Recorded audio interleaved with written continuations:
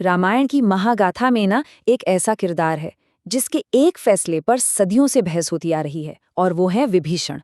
उनका नाम लेते ही एक सवाल मन में आता है, जो कर्तव्य, वफादारी और सही गलत की हर परिभाषा को चुनौती देता है। तो यही वो सवाल है जो आज की हमारी इस पूरी चर्चा की जड़ है। क्या ये जो कहावत है, ये विभीषण के किरदार के साथ पूरा इंसाफ करती है, या फिर कहानी में कुछ और भी पढ़ते हैं जिन्हें समझना जरूरी है? तो चलिए इस कहानी को सिर्फ एक कथा की तरह नहीं, बल्कि एक तरह से एक नैतिक मुकदमे की तरह देखते हैं। यहाँ हम एक ऐसे पेचीदा किरदार को समझने की कोशिश करेंगे जिसके एक फैसले ने इतिहास का पूरा रुख ही बदल दिया। सबसे पहले चलिए ये साफ कर लेते हैं कि विभीषण आखिर थे कौन। वो लंका के राजा रावण के सबसे छोटे भाई थे। अपनी समझदारी और धार्मिक स्वभाव के लिए जाने जाते थे, लेकिन इतिहास में उनकी पहचान उस एक चुनाव से बनी जो उन्होंने युद्ध के दौरान किया था। और देखिए, उसी एक चुनाव ने इस मुहावरे को जन्म दे दिया, घर का भेदी लंका ढाए। ये सिर्फ कुछ शब्द नहीं है, ये एक ऐसा लेबल बन गया जिसने आम लोगों के मन में विभीषण की छवि को एक गद्दार के तौर पर पक्का कर दिया है। तो इस नैतिक मुकदमे में आइए सबसे पहले अभियोजन पक्ष को सुनते हैं, मतलब विभीषण के खिलाफ जो तर्क दिए जाते हैं उन्हें देखते हैं। ये वो नजरिया है जो उनके काम को सीधा सीधा धोखा मानता है।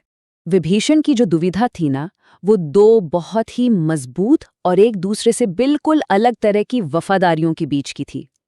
एक तरफ था परिवार और अपने राज्य के प्रति फर्ज, और दूसरी तरफ था धर्म, यानी जो यूनिवर्सली सही है उसके प्रति वफादारी। उन्होंने क्या चुना और क्यों? अब देखिए, इस नजरिए से देखें तो बात सीधी है, परिवार और देश सबसे पहले, मतलब blood is thicker than water वाली बात। और विभीषण पर यही इल्जाम लगता है कि उन्होंने इस सबसे बड़े नियम को तोड़ा। ये माना जाता है कि भाई जब मुश्किल घड़ी थी तो उन्हें अपने भाई, अपने देश के साथ खड़े रहना चाहिए था, चाहे वो सही थे या गलत, वो बाद की बात थी। यहाँ पर जो इल्जाम है वो और भी ठोस हो जाते हैं। उन्होंने सिर्फ अपने भाई को युद्ध के बीच में छोड़ा ही नहीं, बल्कि लंका के सारे सैन्य राज, सारे सीक्रेट्स जाकर राम को बता दिए, और यही लंका के पतन की एक बहुत बड़ी वजह बना। ये काम किसी भी पैमाने से देखें तो देशद्रोही ही कहलाएंगे। लेकिन कहते हैं ना, हर सिक्के का एक दूसरा पहलू भी होता है। तो अब चलिए बचाव पक्ष के तर्कों पर भी नजर डालते हैं, जो विभीषण के फैसले को एक बहुत बड़े नैतिक स्टैंड के रूप में देखते हैं। तो यहाँ ये सवाल पूछना बहुत जरूरी हो जाता है, क्या विभीषण का काम सच में एक धोखा था, या फिर ये अन्याय के खिलाफ आवाज उठाने का एक हिम्मत भरा कदम था? क्या कभी-कभी सही के लिए खड़े होने के लिए हमें अपनों के ही खिलाफ जाना पड़ता है? देखिए, बचाव पक्ष का ये कहना है कि विभीषण ने रावण को सही रास्ते पर लाने की हर मुमकिन कोशिश की थी। उन्होंने बार बार रावण को समझाया कि सीता का अपहरण एक बहुत बड़ा पाप है और इसका अंजाम बहुत बुरा होगा। जब उनकी एक नहीं सुनी गई, तब जाकर उन्होंने धर्म का पक्ष चुना। उनका विरोध रावण की तानाशाही से था, उसके अधर्म से था, लंका के लोगों से नहीं।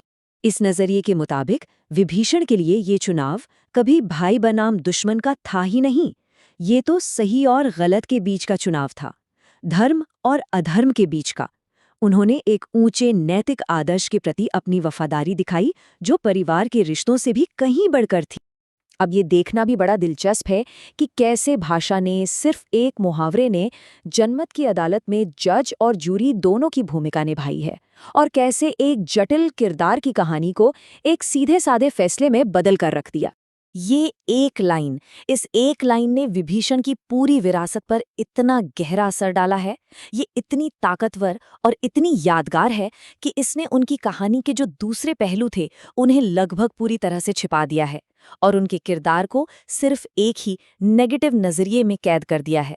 और नतीजा ये हुआ है कि इस मुहावरे की वजह से गद्दार वाली कहानी इतनी ज्यादा हावी हो गई कि उसने उस दूसरे, ज्यादा जटिल नजरिए को लगभग खत्म ही कर दिया, जो उनके काम को एक नैतिक स्टैंड के तौर पर देखता है।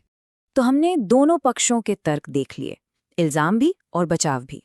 अब ये सोचने का वक्त है कि सबूतों का पलड़ा आखिर किस तरफ झुकता है। आखिर में पूरा फैसला इन दो सवालों पर आकर ही टिक जाता है। क्या विभीषण को एक ऐसे गद्दार की तरह देखा जाना चाहिए जिसने शायद सत्ता के लालच में अपने भाई और देश को धोखा दिया, या फिर एक ऐसे नायक के तौर पर जिसने धर्म को बचाने के लिए अपना सब कुछ दांव पर लगा दिया। विभीषण की कहानी हमें एक आखिरी बहुत गहरे सवाल के साथ छोड़ जाती है। सच्ची वफादारी का असली मतलब क्या है? क्या ये परिवार, समाज या देश के लिए होती है, या फिर ये उन नैतिक सिद्धांतों के लिए होती है जो इन सबसे भी ऊपर हैं? इसका जवाब शायद हर किसी के लिए अलग-अलग हो।